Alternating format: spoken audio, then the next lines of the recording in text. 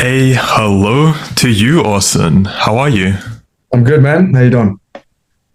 Great, thank you. So, I appreciate you coming on. I know it's late for you over in Australia. Let's begin with I saw a win from you in the Wins channel.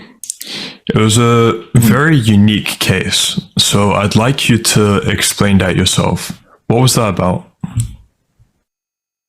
Okay, so this is in reference to the photos that I posted of me, obviously sitting in the Michelin star restaurant in Bangkok, and as well of me enjoying a lovely Dominican cigar above the city lights of Bangkok, the rooftop bar. So essentially, what that was what I call a business win opposed to a financial win. I was trying to show to my real world brothers that you can win in ways other than just purely financial, just purely numbers, right? There's so much that you can learn from the real world, and I was able to extrapolate a lot of the lessons that I got from the real world in, sales, seduction, and social skills, to be able to network with people within about 2 months of landing in Bangkok and establishing myself there. And very quickly, I made the right sort of connections, and I was able to get myself into the same restaurant and the same table that Vladimir Putin, the president of Russia, himself sat at. So it was very, very exciting and sort of perspective giving when I was sat in that seat and enjoying my fine dinner. What was your life like before you joined the real world? Honestly, my life was going quite well before I joined the real world. I was quite an academic. I was quite a scholar in school, and I did decently. I was sort of hung up over an ex. I was really, struggling with that, holding on to that problem, and it was affecting my life. And I was, after school, ended up sort of floating around, disrespecting my body, not treating it right, not having healthy relationships with people. And I also, I think, was so negative in how I thought. I was pessimistic. But despite all of that, I still managed to end up getting a really cushy finance job. It was purely just off of networking and my conversational skills that I was able to achieve that.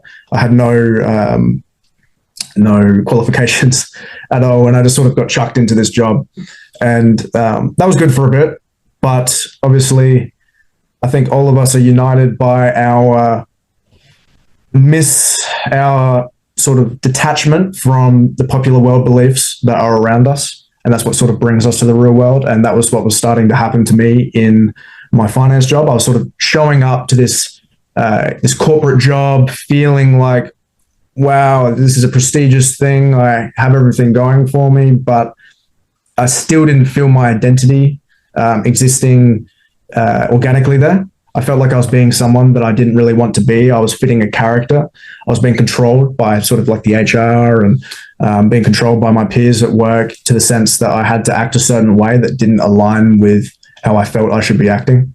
I felt like I was being directed so much in how I acted, in how I expressed myself as a professional. And it became quite agonizing after a while. And that's really, I think, what made the Tate content stick out to me so much. I found Tate Confidential on YouTube, as a lot of the real world members did. And at first we all thought, who the fuck is this weird accented tall dude who's like talking about all these girls and blah, blah, blah, and all this money. But, you watch it a bit more, and, you figure out that this guy is very competent. This guy is very intelligent.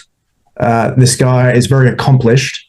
And now he's all of a sudden jeering at you, laughing at you, and then he's, at the end of it, offering to teach you how to make money and improve your life. And you're like, at first you're like, I don't know, scam, blah, blah, blah. But then after a while, you start to actually think about it, and you start to compare, and you start to realize that your views are the same as his. So really, that was what my life was like before I joined the real world.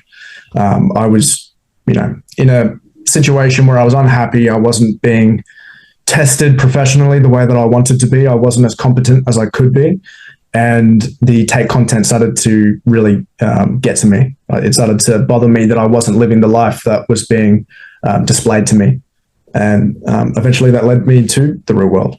So it was essentially running away from running away from something good for something better. I was always driven like that. I always wanted the new mountain to climb. And that's what sort of got me into the real world.